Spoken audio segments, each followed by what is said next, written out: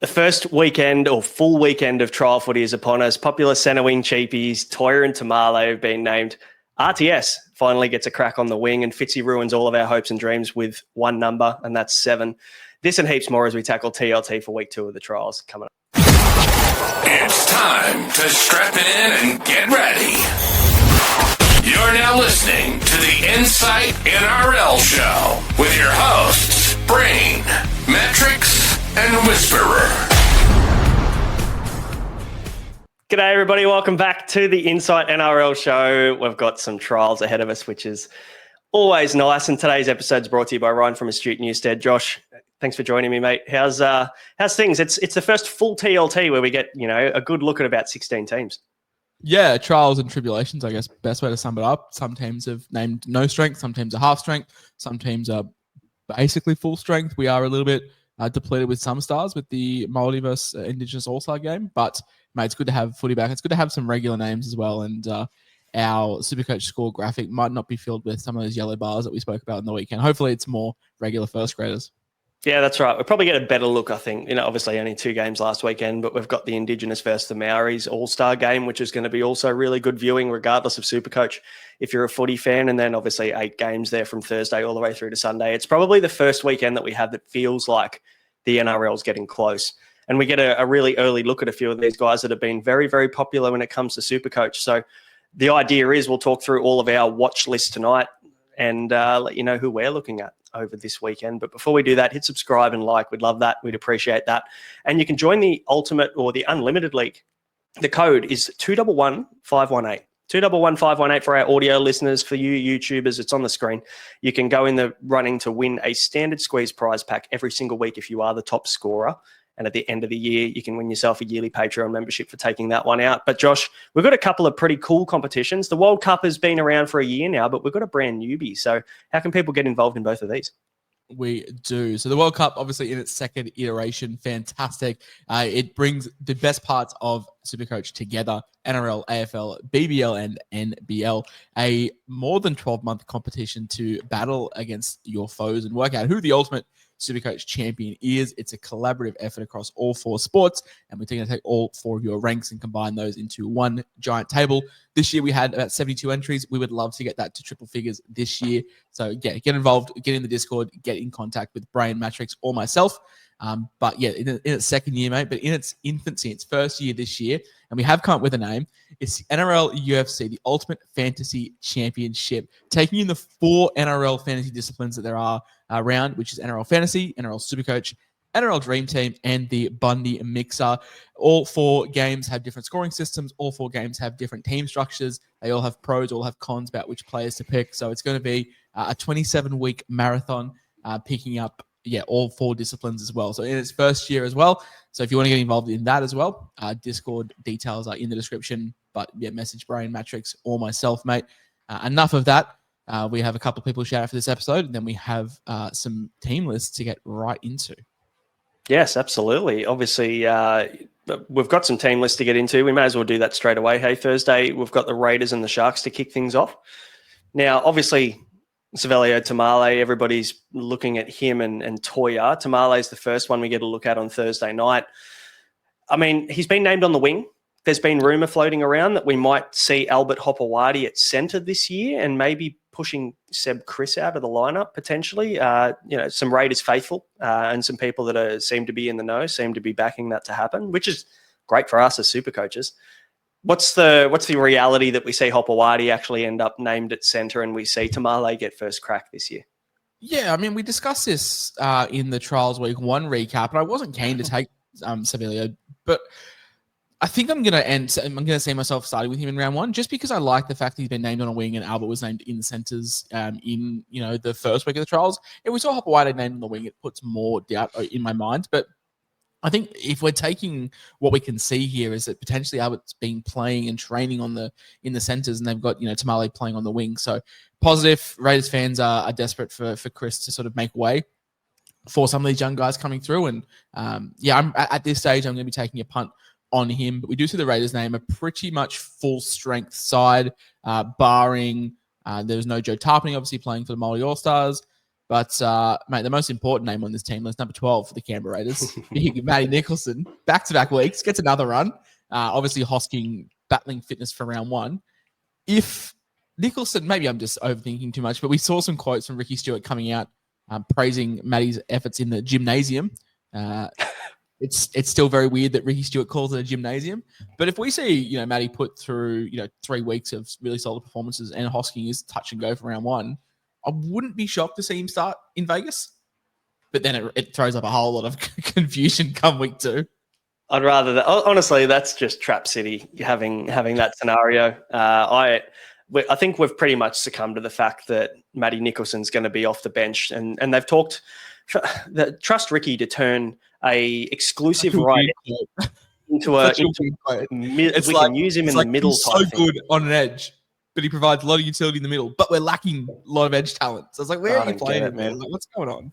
I don't get that. But anyway, look, it looks like he's going to be used off the bench in the middle and on an edge, which, you do you, Ricky. But I'd say it's going to be Hosking if he's fit. Even if he's not fit, I think Hosking comes into the team when he is fit and he'll start on an edge. So there are some people maybe freaking out a little bit that they haven't seen Owen Paddy named in this team.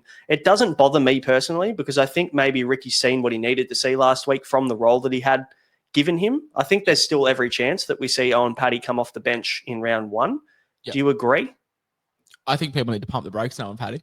Just quietly. I've been reading a lot, and he's been Jersey Flag Player of the Year and played one good trial. I rate him very highly, but can we just maybe chill out? Like, can we not put pressure on this young kid that has to succeed? And people are saying he has to start round 1. Like, come on, like let's just calm down. But yeah, I would expect this to be a shootout between Starling and Levi as to who's starting because.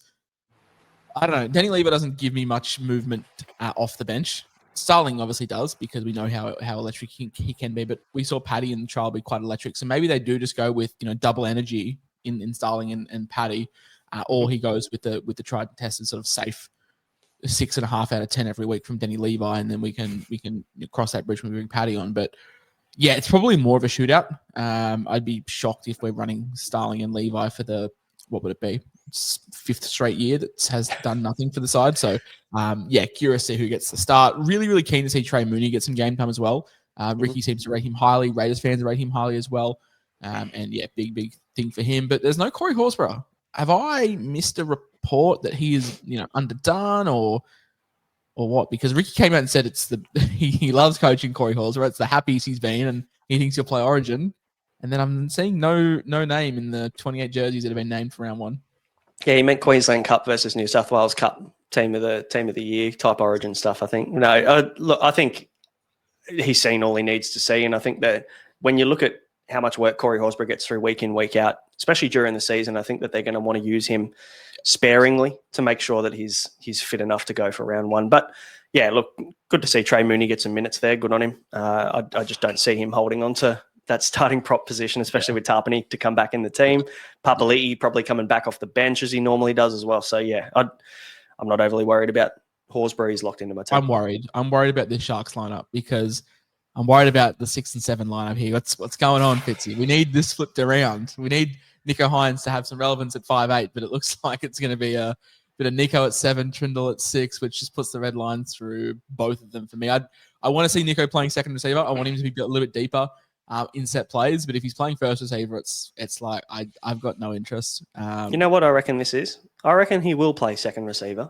But I reckon Fitzy just keeps the 7 on his back, and I genuinely think that'll happen. And I want to look into some corruption because I think Tom Sangster's got into Fitzy's ear and he's gone, "Hey mate, just here's a 50, just put the 7 on his back so we don't have to give him dual position in round 1." Maybe. Yeah. But no, I think they probably still, regardless of the number on the back, I think we'll probably see Nicho play more of a 5'8" role and Trindle guide him around the park. Because if you're seeing really good eye test from him, I don't think there's ever a world where you can run him and Cleary because you've got potentially Robert Derby who presents so much value. Can we fade Cleary with an underdone shoulder to start the season? Oh, look, I mean, we've had this conversation a few times. It just makes me feel a little bit sick. Like a little kind of vomit in the mouth kind of stuff with fading Cleary. I don't think I can do it. Just the fact that, and we did a little bit of digging. It might have been deep rabbit hole digging, but we went digging, and we found that there's 3 games that Nathan Cleary has not played with Jerome Luai in the last 2 years, and he scored 105. And none of those games are under 100. 105, 103, 149 in those 3 games. So look, can you fade Cleary? Yes, you probably could if you've got the balls on you. The shoulder's underdone, the lack of contact training in the lead up to the season, but fuck it. It doesn't matter. This is Nathan Cleary we're talking about. I think he's going to come out ready for round 1, especially in Vegas on a platform, on a stage in Vegas with the best NRL player in the game. I think he's going to come out and put a show on. I guess I made a big claim saying you can't run Cleary and Hines with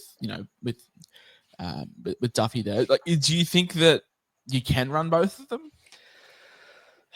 I think you can have Cleary and Nico. I think you have to have Iongi. And I think you have to go very cheap at hooker. You have to have double cheapy hooker. You have to have Iongi in your team, and you probably have to make sacrifices elsewhere to get both of those guys in. But in saying that, I think you can do it. I think you can run both. I don't have a problem with running both because of the flex this year.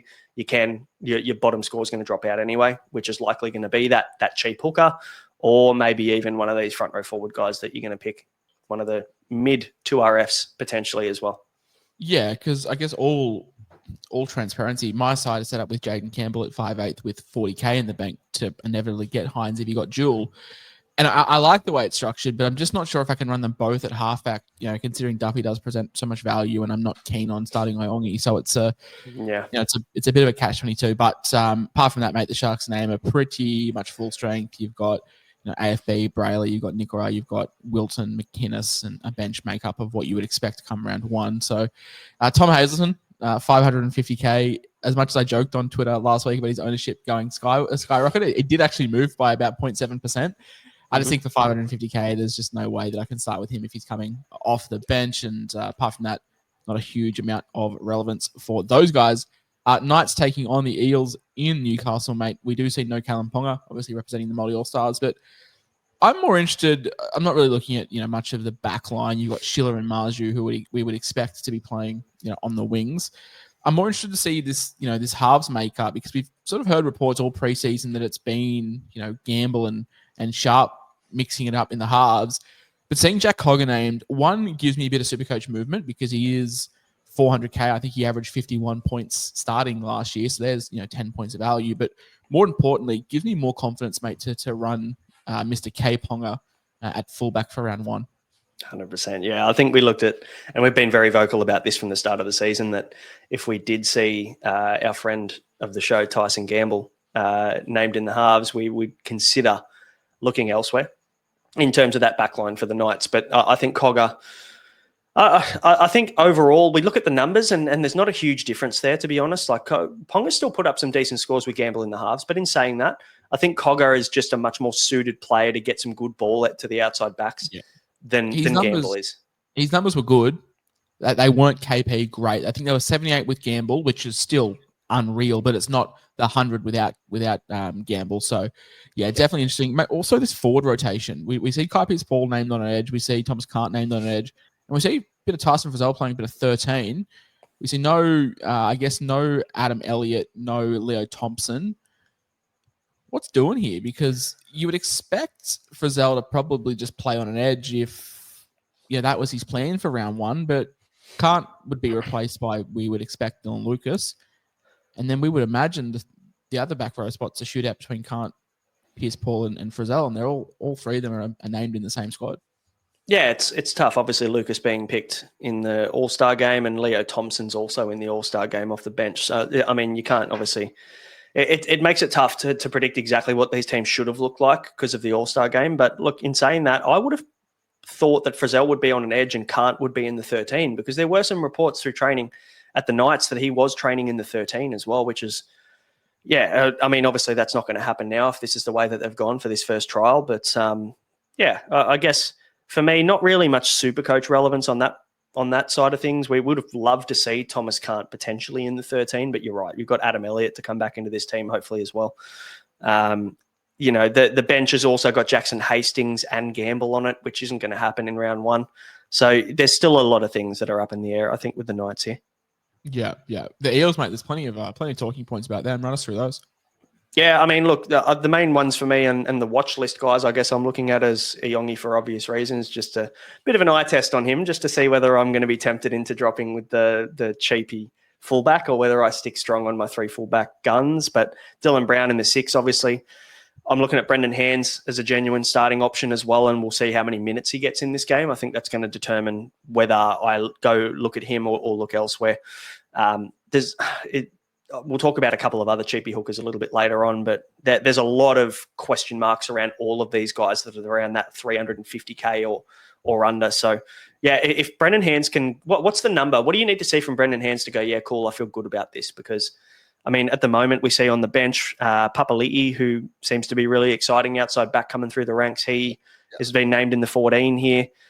We see Bryce Cartwright on the bench, Joey Lussick in the 18 as well, which maybe tells me potentially he won't be used in round 1. Riley but again, Smith at 19 as well, probably share between those guys who are running a bench. I mean, for me, I don't really care. Hands could have 27 penalties conceded and 17 knock-ons, but if there's no hooker in round 1, I'm still taking him. I think it's just too much to pass up. Potentially 80 minutes. Yeah, you've got Joash Papali'i, who is a very, very promising fullback / outside back. If you're looking to bring some kind of speed through the middle, then if he's there at 14, then I'm very, very hard to not start with Brendan Hands. But I wanted to chat about this back row rotation because we see Insight Fantasy Sports' very own Kelman Tuilagi named on the edge, which is fantastic. But we see Charlie Guyman named at 13, which for me is a bit worrisome because we have Jermaine Hopgood to come back. But in saying that, we do have Katoni Kautolga, 232K, same price as Charlie Guymer. So we might get one of them. Obviously, Sean Lane being out for up to a month. We've got Cardi off the bench and splitting reps with New South Wales Cup guys. We've got Madison, who is people I think remember Ryan Madison for being an edge. He's been a middle for the better part of 3 or 4 years now. So it looks like Cardi's off the bench. So we might get one of these cheapies, mate. And I'm going to be taking either one of them. But it'd be very, very promising to see, or very, very interesting to see which one of them takes their chances and goes forward. Cowboys taking on the Finns in Cairns. What a happening place. We see the Cowboys name. Bunch of nobodies. I don't want to be disrespectful, but Cohen Hess is your captain. Probably says all you need to know about the side that you've named. This is a typical week 1 trial team that I'm not taking too much stock in. As for the Dolphins, pretty much the same. We've got Junior Tupou, Max Fiage, Avarillo, Sean O'Sullivan. Now, that was interesting. Avarillo, regular first grader last year, had done some stint in the halves this preseason with Cody Nikorima being late back, but I'm not taking a whole lot from any of these trials, mate. No, look, Robert Darby's a guy that we'll keep an eye on. I think he's a guy that could find some game time at some point this season. If there is an injury to a Tuilagi or someone like that, I think we could see him on a wing at some point this year, and he's one to watch if he gets some extended game time. And your boy, Kai O'Donnell, gets the man that will outscore John Bateman this year, gets a start on the edge. So, he's a guy we'll watch as well. Obviously, we might see some time from him. But I see the love and edge coming from the Super League. I've just realised I love an edge from the Super League. There's some form of bias going on there, I reckon. But to be honest, I wouldn't mind, as a Tigers fan, just seeing how Junior Tupou goes on the wing this week. There's every chance he could line up on the wing to start the season. So, obviously, love having Skelton, love having Taruva, but I was quite sad to see Junior Tupou go because I thought he was one of our better players for the last 2 years. Yeah, and just a natural athlete, isn't he? He's tall, he can get up in the air. He's good under the high ball. Like, I think he's got a big future in the NRL. The Dolphins have got a good one there. So if we see him line up in round 1 and he looks pretty good early, he might be a guy that we get tempted by come round 2, 3. Yes. Next game, the Warriors taking on the Storm at Hamilton. We'll go through the Storm quickly because they're probably less relevant for this game. See Stefano line up at the number 8 spot. We saw this with Papali'i last week. I think this is more of a case of guys that aren't familiar with Melbourne style of play or Penrith style of play being last week as well. Coaches probably just want to get some miles in the legs and assess there. But I want to highlight SuperCoach round 1 hero from last year, Joe Chan, lining up in the 12. Love to see that from Joe. Hopefully we can get him coming off the bench for 11 minutes again this year, and none of us can trade him out. So shout out to him.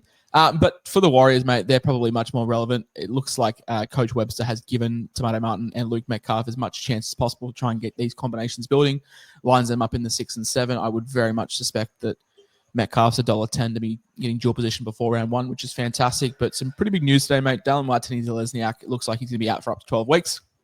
Probably opens up a spot for Ed Cossey. Got no interest. I'm more interested in the other man, Roger Tuivasa-Sheck, 550K. No disrespect to Ed Cossey, but he should be getting under 0.5 touches a game, and I think they should be feeding Roger's side all game long.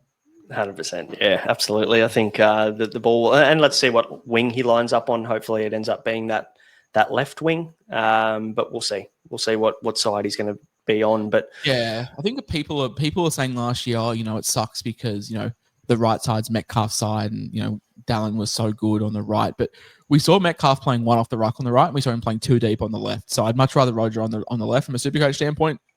Is there any chance you start with him, mate? Scored 5 tries last year. 3 of those were in all 3 games he played on the wing, and his numbers were very, very good on the wing last year. Yes, absolutely. If I see him line up on the wing in round 1, I'm picking him. I think I'm pretty comfortable to do it. I think it's 550 odd K.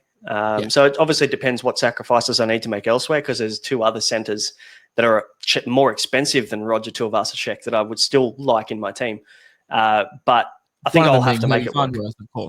Of course. Herbie Farnworth and Brian Toll. No, it's everybody knows how high I am on Dylan Lucas, and they'll see the My Guys episode coming out on Thursday that confirms that fact. But I think RTS needs to be a genuine consideration. He's not a slam dunk by any means, because this Warriors team might take a little bit to get going this year. But in saying that, I think on the wing, his base is going to be up. I think he's going to be involved a lot, and he's going to get a lot of try scoring opportunities out there. So especially if we see, like you said, Metcalf playing too wide on the left-hand side, he's going to get plenty of ball. This forward pack's really interesting, mate. We've got Bunty Alfoa lining up at prop. That's going to change. You've got Barnett to come back. You've got James Fisher-Harris to come back as well. Wade Egan pretty much picks himself at the 9. K-Well picks himself on 1 back row, and Aaron Clark picks himself at lock. There's a couple of spots though. There's Jackson Ford here being named at prop, which probably signifies his time as an edge might be over. And it opens the door for one big Dimitri Valmolga. They've also got Jacob Laban, who is quite highly rated as well. I think this is a very similar Parramatta situation, man. I think we get a cheapie named on an edge, just a question of which one. I'd love it for to be Dimitri, because I think he offers so much, and we saw that in such a brief stint last week off the bench. Yeah, absolutely. He looked the goods, didn't he, last week? I think he's a guy that at bottom dollar nearly, he's going to be in most teams if he is named to start. I mean, if he isn't named to start and he's still on the bench, is he still a consideration for you, considering he did so much with such a little amount of minutes, I guess, the other night? Look, people are going to laugh, but if Jack Kaseki's named to start on an edge, we get Katogo or Geimer on an edge, and we get Laban or Dimitri on an edge. I'm not confident enough to run any of those 3 guys as my 2RF3, but I'm confident enough to run them all as 2RF4, 5, and 6. So probably not. I think I take whatever one of these back rowers is named, and people are going to laugh at the goss, but you're getting a starting back rower at priced at 22. Mm-hmm. It's very hard to pass that up, and it's very hard to pass up any of these guys that are named to start. Yeah, no, I tend to agree. The one thing I'm watching, and I think this is going to determine a lot of the moves that I make this week, is what this Aaron Clark and Dylan Walker minute share situation looks like again for the second week in a row. We got to see it last week, and they were starting to get into a rhythm a little bit, but I'm very interested to see whether that looks exactly the same again in week 2. Because if that does, we can probably reliably say that this is the way that they're going to run, and we're going to see maybe a genuine 40-40 split. But what I'm looking for is, does Aaron Clark play any in the front row rotation? Because Walker, I think they can both play on the field at the same time. I think Walker can play in the 13 and Clark can play on the field at the same time. If they're not going to play James Fisher-Harris for these big minutes that we're hoping for, that 50 to 55, and they're going to keep him more at that Penrith rotation at 45, you've got a guy like Dimitri. I would imagine Jacob Laban's also pretty close to the 17. If he's not starting, he's probably coming off a bench. Yep. And if they do trust Wade Egan to be 80-minute hooker, you've got guys like Walker and Clark who can fill in when Wade Egan eventually goes off for his mandatory HIA every game. You've got cover there. So they could be running a 4-forward bench, which is actually pretty good for a guy like Aaron Clark. There seems to be like a lot of rotation. I don't expect it to be 80 minutes out of Dimitri or Laban. So there could be a bit of a movement policy happening off the bench here. So yeah, I don't mind it actually. Yeah. Yeah, I mean, look, there's plenty to watch for this Warriors team. Lots of SuperCoach relevant players that we've seen last week, and maybe we get 2 looks. We get our first look at RTS, and I think there's going to be plenty of decisions made after this game as to which direction we go with our teams, at least for this week. Anyway, before we then change our mind after week 3. But guys, before we move on to the next game, today's episode is brought to you by Ryan from Astute Newstead. If you're into the home loan market, maybe you're looking to save a little bit of cash, or maybe you're looking to purchase your first home or your dream home, you can contact Ryan and get those rates down. He will negotiate with the big banks for you. He will do all the heavy lifting and all the hard work. All you need to do is have a chat with him. Won't cost you a thing. He gets paid by the banks, so he'll do the hard work for you to get you the best deal possible. You can contact him via the link in the description below. Josh, obviously the next game here, mate, we've got Saturday 3:30. We've got Souths and Manly. Bit going on at Souths, because the one thing that I noticed from this was that all reports... Yeah, all reports were that Isaiah Tass was going to be starting on a wing, but they've named him at centre in this game. Does that potentially give you an idea on what they're going to be doing in round 1? Yeah, I mean, I've never had faith in him, but you also don't see a guy like Ty Munro named either. Obviously, AJ's out for probably the first 4 weeks, and then Campbell Graham is probably touch and go for round 1. They're not going to risk him in a trial. So I'm taking no stock into this South back line, especially when I see a guy like Jamie Humphries line up at 6. We know that Cody Walker has had a very disrupted preseason with these calf niggles. Lewis Dodd is probably the only regular that I could be confident to say that will be in his position round 1. What are we thinking with Humphries? Like, is it just a case of they've got no one else, so he's just playing there? Or do you think that Mamazellus might have more of a minute lock than what we initially first thought? Because I'm more in the camp of, we have no 6s. Please play there. Yeah, and look, obviously Cody Walker hasn't really trained much this year so far, coming back from that injury during the preseason. So yeah, there's every chance potentially if Cody Walker doesn't get up and about for round 1, then we see Jamie Humphries in the 6. But I guess long term, how do we know that the extent of the Cody Walker injury, considering he hasn't done much training? It's probably just an old man injury that they're not gonna, like, if his old man calf. Yeah, if his calf right now is 80%. Like, I would imagine if round 1's today, he'd be picked. But it's like, what's the point? Yeah. Cody's got nothing to prove in a preseason. No, that's right. Exactly. A bit of waste of time. But in saying that, I think Humphries Bliss plays the 14.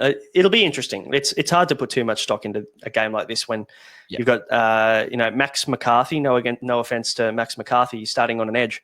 There's really not too much to look into here in this South one. But I want to have a look at Dodd, because a bit of an excitement machine. His highlight reel is one of the best. It'll be interesting to see how he goes in this one with a bit of a limited pack behind him.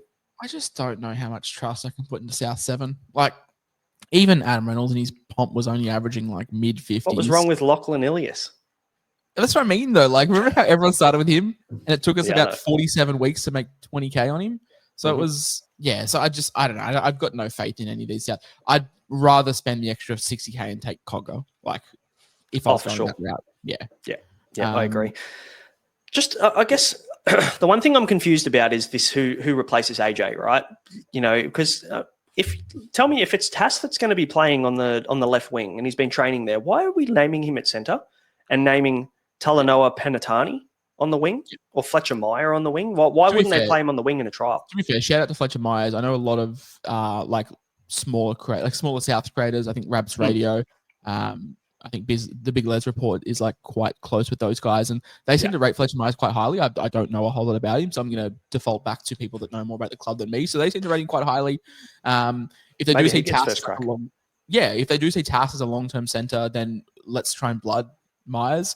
But I would imagine that the back line is something like Trell, Whiten, Graham, and then you've probably got Munro on the right, and then it's either Tass or Myers on the left until AJ comes back.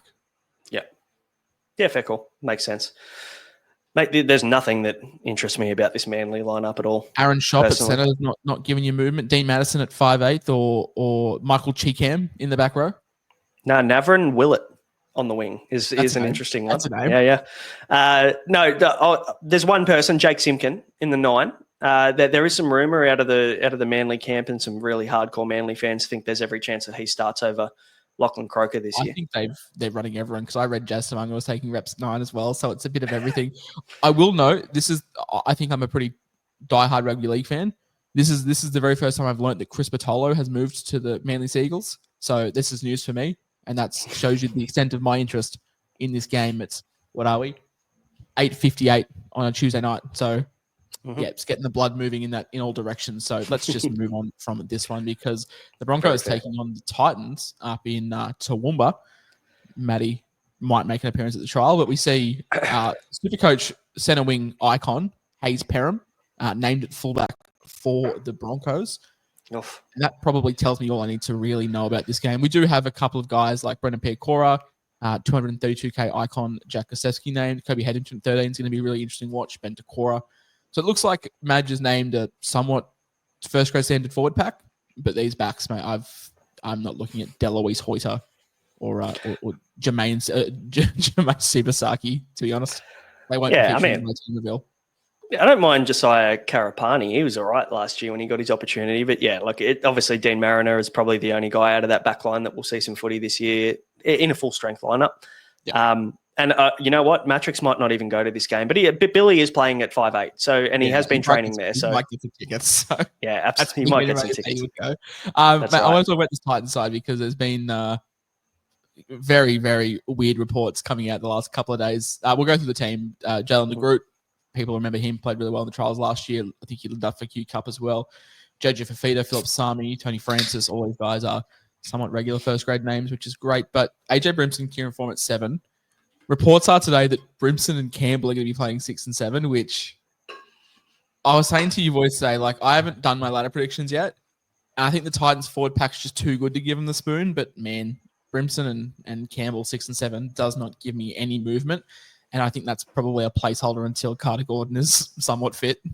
You'd think so, wouldn't you? I mean, it's tough to buy any stock into the Titans when you've got Campbell and AJ Brimson, both running halves, and great players in their own right.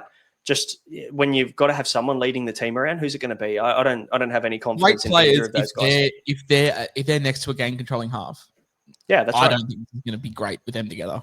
Not with Keane at fullback either. And then Foran at 14 as well is what is said to be happening. I don't love that either. It just, I don't know. It just creates way too many question marks. Probably good for the forward pack though. If we're going to be holding Foran into 14, it means you've got a 3 forward pack bench. So, we see here you've got Verrills will start at hooker, Mo Fodawaker, and Jermaine Jolliffe was good in his time before he got that chance. First grade. Yeah, this is almost 100%. First grade forward pack. I must admit, I'm very surprised to see David Fafita named on an edge in this game. As am I. That obviously good signs for Fafita moving forward, that there's every chance that we'll see Fafita in round 2, because there was kind of reports touch and go in terms of the injury throughout the offseason. But yeah, I'd say, aside from Tino, this forward pack looks nearly full strength. So good to see from the Titans. But yeah, the back line's a bit stiff. So yeah, not much to take from it. This game will be played to the middle. Both back lines are, whatnot. If I was a betting man, I'd probably take the Titans just due to the Four and Brimson combination and the fact you got guys like DeGroot and Fafita and Sammy in the back line. But no Tino is probably the only difference. You would expect Tino probably comes in for Chris Randall and RCG obviously to come in for Jermaine Jolliffe. But apart from that, mate, it's a pretty full strength forward pack from almost both sides, which is good to see considering the backline talent that has been named. Mate, heading down to National Jubilee, the Dogs taking on the Tigers. Couple of big Supercoach names here. It looks like the Dogs have named a bit of a mixed bag. You got Blake Taft, Blake Wilson, which probably signifies that someone like Marcelo Montoya is probably more favoured for first grade. You got Drew Hutchison at 6, Daniel Saluka for Fafita, Sam Hughes at the 10. Our preseason watch, Harry Hayes in the back row. He's definitely someone to be watching out for this year.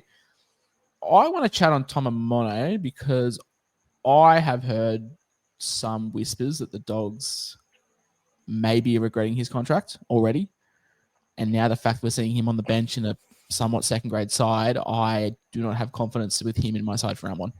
Nope, unfortunately not. He was a lock and load, wasn't he? As soon as the team picker opened, we're like, oh yeah, beautiful. Get a 230k front row forward that I can just chuck there all year. But we're still waiting for Phil Gould to come out and say, X player has been training the house down. It was Preston a couple of years ago. It was Sam Hughes last year. Who's it going to be this year? Because I will say Daniel Saluka feeder is 232k.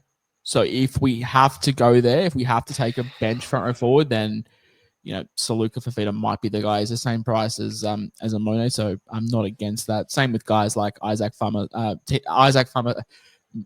I'm having a moment. Isaac, Tino's brother. If he's on the bench, he's the same price as well. We just saw Chris Patolo as well. So there are guys that don't move the needle much. But yeah, there is options. We saw the Dragons young fella, the Toko. Yes, I know who you're saying. I don't want to butcher his he name. Got some first team reps as well. So Cody Hopwood. So it's not all doom and gloom if Amone isn't in favour, because there are options, but I wouldn't expect many of these options to be huge talking points, and they're probably guys we're going to have until round 27 just quietly. Yeah, that's right. And I think the one thing about Harry Hayes and the reason why the appeal is there is because he is actually centre wing only at the moment, and looks like he's transitioned into a front row / edge forward position over the last couple of years, which is pretty impressive in itself at that level, to just go from being a centre to being a forward. So definitely someone who will get probably a 2RF duel, centre wing duel at some point from round 6. But he's a watch. Hopefully he can be the one that Phil Gould shouts out in a couple of weeks. As for the Tigers, mate, looks like we've named a bit of a mixed bag in terms of selection. We've got guys like Jarrell Skelton. We've got guys like Solomon Atape. We've got Alex Lobb, Lockie Galvin, Latu Fainu as sort of the more regular first grade names in this back line. I'm really, really excited to see Tim Johansson. I think you and I are both really big fans of him. He played so good for us last year when he was given the call up, and I think he'll have another big role to play this year. We've got captain Talon De Silva, which is really, really exciting. I think he's going to be a star. Like, he will be a star in 2 years' time. I think 100%. I think Appy's contract will run out, and we will say, Appy, thank you so much. We will buy you a place in Warrington when you go and play for the Wolves as a thank you. But it's TDS's time to shine, and I'm really excited to see him play. David Clemmer, another first grade name, and Justin Matamura in the 13. Is it a preseason without Justin Matamura playing a bit of 13? Well, I mean, we were begging for this last year, and he didn't even get a run at 13 last year from memory. We're going, what is going on here? But you said, players that you're really excited about watching, Talon De Silva, absolutely. Then you mentioned David Clemmer straight after that, and I thought you were saying that you were really excited about watching David Clemmer this year. Moving on. Yes, no, not at all. But anyway, I'm excited to see the Latu Fainu Galvin TDS combination running around the field, because that is Tigers' future right there with Buller at the back. That could be a very exciting 1, 6, 7, and 9 in 3-4 years' time. I think it's I got the hot take that I think it's a 1, 6, 7, 9, 13 with L Galvin plastered on the back of a 13 jersey. Fair. Don't mind that either. I keep telling people, I guess for anyone that's not familiar, like, I hold the opinion that Lachlan Galvin isn't the best 6 at the club. Mm-hmm. I think it's Latu Fainu. I think he's much more naturally talented than Galvin, and that shows you how good, I guess, I rate Fainu and how much Tigers fans rate Fainu because of how exceptional Galvin is. 100%. No, I completely agree. But, mate, we've talked too much about the Tigers. People are going to be thinking that we've got some form of bias towards them, which we don't.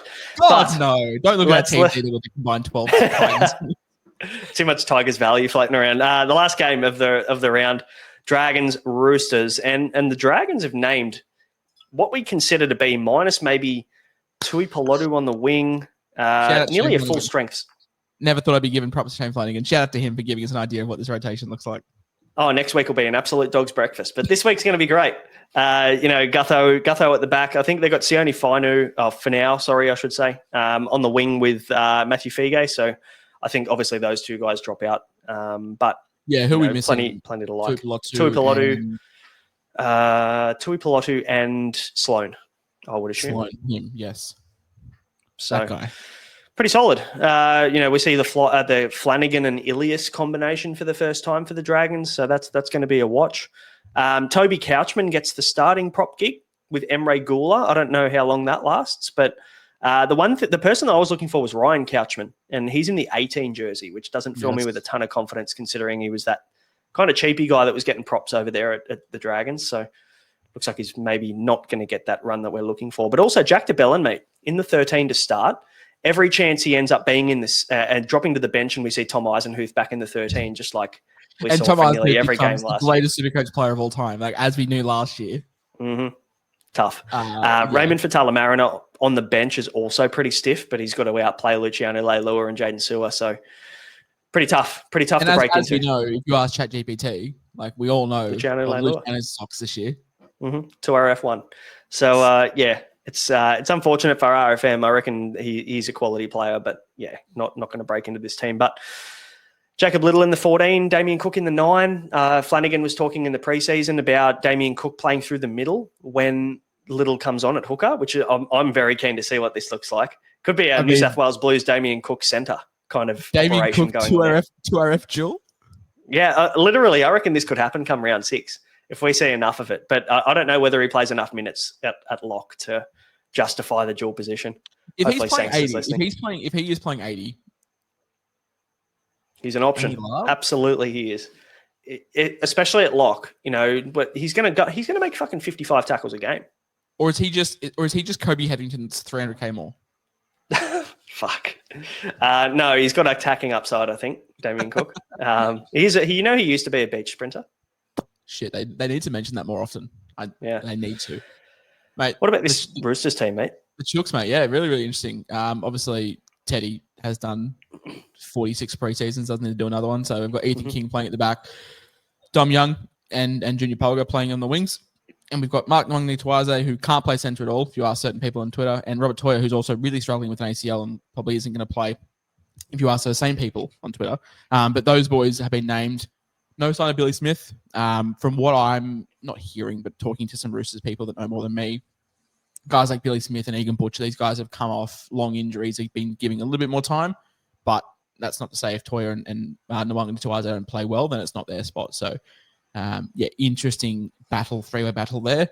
Mate, what a halves battle this is. Kyle Flanagan, Lachlan Ilias versus Sandon Smith and Chad Townsend. This is for the ages. You know that meme where they have the Rock versus John Cena? It's like once in a lifetime. Where were you when you got to watch Ilias and Flanagan versus Smith and Townsend? That's what people will be asking.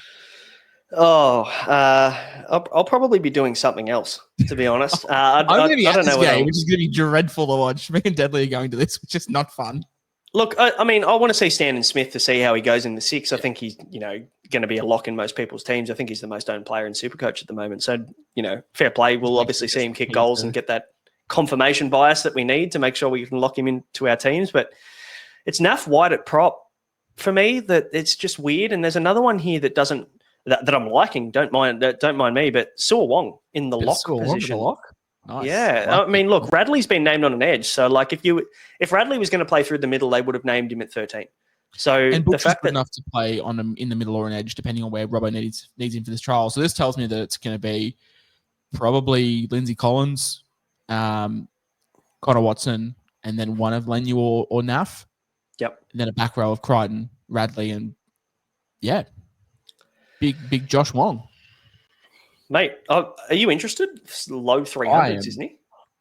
Yeah, hang on, let me have a look. Because I wasn't keen on Naf White just with the minute split. But Wong is 318k. I am tempted to run him over Aaron Clark if Aaron Clark doesn't get the minutes. Yeah. Or I pay up more and just get Naf White, depending on... Because ideally, I want the duel to cover Horsburgh if whatever reason Ricky just wakes up one day and says, I don't like him anymore. So... Yeah, I'm keen on Wong, but mate, this bench is going to be a dog's breakfast. I feel like with no cheese, I expect Connor Watson to be playing near enough 80. Yep. And then you're going to have Angus play 80, and you're probably going to have Radley play close to 80, and then it's like, what happens? Nat Butcher probably plays middle and edge. Maybe they're just going to have to use him in both. It becomes a bit tricky to predict what the rotation of this forward pack actually looks like. So this weekend will be a good indication of what that looks like. Yeah, there is some risk with Wong there, but I was initially I came out and said I wasn't overly keen on Connor Watson because in the 9 he averages, I think it's 57 over his career, and obviously at lock I think he averages like 68 or something like that. So if he was at lock, I'd be pardon the pun, locking him in, but. At hooker, I was less keen, but if he's getting 80 minutes at a point, even at a 0.8 or 0.9 ppm, he's still locking in like late 60s. It's also the value that doesn't show up on the stat sheet. That if you are running hands and hands and Pakes or hands and Patty or hands and generic hooker that's cheap, you want security. Watson may not be sexy, but it's the fact that if shit hits the fan and you got to trade one of them out, and you got a Dylan Lucas on your side, you can go hands to Carter Gordon with some jewels. It's the insurance and the plan B, isn't it? That makes you feel a bit better about going double cheapy hooker, that you've got that bailout if you actually need it with Connor Watson. And look, he'll be fine. He'll be serviceable. I'm probably slowly changing my opinion on Connor Watson based on just the fact that who the fuck is going to back him up? I don't see anybody unless it's, I think, is Zach Docker-Clay gone to the UK? He's in the Super League now from memory. Is he? So I think so. I think the only other one is Tyler Moriarty. Moriarty, that's right. Yeah. But the hooker stocks are thin. Like, as much as Chooks fans don't like cheese, they need him back. 100%. They need some cover. Yeah, they do. Absolutely. Because Watson is just going to end up as Dragons Cam McInnes, where he's just going to have to do everything. Yes. Which for SuperCoach is great for his longevity. We know Connor Watson isn't the most the most reliable players down the park. So yeah, hopefully for Roosters fans they get him. Mate, do we want to run over this Indigenous All-Stars and multi-side really quickly? Just some guys we are watching from a SuperCoach perspective. And more so, like, I think it's also knowing that these guys haven't not been picked for their NRL trials. They've been picked for the All-Stars game. Yeah. So yeah, they're not like guys like Ty Munro on the wing here. You've got Jack White and also Jaden Campbell's playing the 6 here for the Indigenous All-Stars. Connor Watson's also playing the 9. I just want to highlight our Patreon WhatsApp chat's been popping off in regards to a Dolphins fullback, and you seem to be jumping on the trend of a bit of Hamiso. What's the likelihood that we see Hamiso Tabuai-Fidow line up somewhere in Brain Ball round 1? Oh, I don't know. Like, I love Latrell Mitchell too much to go against him at the moment. But if I need to free up cash and we don't get the cheapies, that might be the path for me to free up an extra 200K to use elsewhere. But at the moment, it's Latrell, Turbo, and Ponga for me. But yeah, I do like the Dolphins early draw. I think that's probably where the appeal comes from. Shout out to the SC Cheese, who is all over Hamiso. And I'll be very disappointed not to see him in his team in round 1. But yeah, I mean, look, we get a free look this week. We get a look at Connor Watson in the 9, which is nice. Obviously, it's hard to take too much stock from these games, purely off the back of the fact that we know that the cohesion and the combinations and things like that just aren't there in these games. You're playing with random players. So, mind you, how good is the image of Royce Hunt in this? They've got Jordan Mailata. Oh, yeah. Bro, that was like a great wrestler. He's about 4 foot wide. Holy shit. Yeah, they got Mailata from the Philadelphia Eagles here by the looks of things from Royce Hunt's photo. So if anybody wants to have a look at that, that's a banger. That must be some sort of prank. If you scroll down, compare him to like Leo Thompson, where they looks like they've just shrunk his head. Big traps on Leo Thompson though. Yeah, there's zero neck. Guys obviously looking at Dylan Lucas, looking at Connor Watson, just to see the condition that those guys are in and what they're getting through. Take no stock from this game, because every single year without fail, Andrew Fafita would score 60 points. He'd be priced at 230K, and we'd be like, oh, boys, is Fafita back? And he'd go on to average 13 points for the season. And there you go. Zach Docker-Clay is in the 17 jersey for the Maori All-Stars, so he has not gone to the Super League. So yeah, worth a look as well. I'm digging this Curtis Morin at 19, and we're picking Ruben Porter at 18 off the extended. So Jesse McLean as well, another SuperCoach relevant name. But yeah, only looking at a handful of these guys, mate, which is going to be good. Some rep footy. Oh, mate, it's just more football, isn't it? That's really all that matters this weekend. There's 9 games of footy happening, which is awesome. Keanu Keeney plays in the 14, which is, give the bloke a crack at the 1 and give Ponga a rest, I reckon, because there's plenty of people excited about Keeney this year from round 2. So yeah, I'm not sure I'm around that, but I do like the shout. Same people that are keen on like a KO Weeks as well. So yes, that's right. Interesting. Plenty to like and plenty to watch in this game. At least it'll be probably more competitive than a fair few of the games we see this weekend. So plenty to play for. But that is our take on TLT for week 2 of the trials, guys. Obviously, we'll be coming to you for the wrap-up, which will be Sunday. We'll have a chat with you about what we saw and what we took from those games. Josh, we've got a few more episodes in the bank as well. We've got the My Guys episode coming on Thursday that we recorded last week, so you can see who we're high on and who we're potentially not high on. Most importantly, we probably got our 7 flagship episodes to come. We've had a long preseason. We've sort of given content here or there, but our 7 main episodes, the ones that you guys don't want to be missing, are our position previews. And we're going to be doing it a little bit different this year. You have every other podcast that's sitting there for 2 hours and telling you why Harry Grant's good. We're going to go in a different direction this year, and it's going to be really interesting. It's going to be really good for visual watchers. It's going to be good for audio listeners as well. So keep an eye out for those ones. I'm going to get those started to be recorded this week as well. So anyone that you guys want us to talk about, where to find us in the DMs. But yeah, it's going to be really interesting this year. That's it. And if you want to talk about all the players and get our opinion on whether we think that Ty Munro is an option or how well Will Warbrick's going to go this year, you can ask us that inside the Patreon. You can become a Patreon member. It's less than $10 a month, I should say.